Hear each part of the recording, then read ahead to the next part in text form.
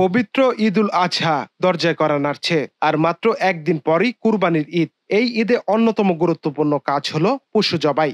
তাই ঈশ্বরদীর কামারপাড়ায় এখন পুরোপুরি চলছে প্রস্তুতি। দগদগে আগুনে গরম লোহার পিটাপিটিতে টুংটাং শব্দে মুখর কামারের দোকানগুলো।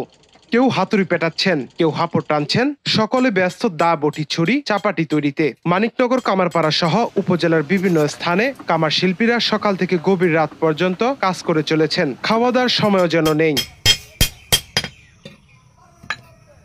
সারা বছর তেমন কাজ না থাকলেও কুরবানির ঈদের আগে কয়েক গুণ বেড়ে যায় তাদের ব্যস্ততা। নতুন সরঞ্জামের পাশাপাশি পুরনো দা ছুরিতে শান দিতে ভিড় করছেন গ্রাহকরা। এতে কামারদের আয়ের পরিমাণ যেমন বেড়েছে, তেমনি বেড়েছে দামের চাপও। আগের চেয়ে দ্বিগুণ টাকা গুনতে হচ্ছে দা ছুরিতে শান দিতে।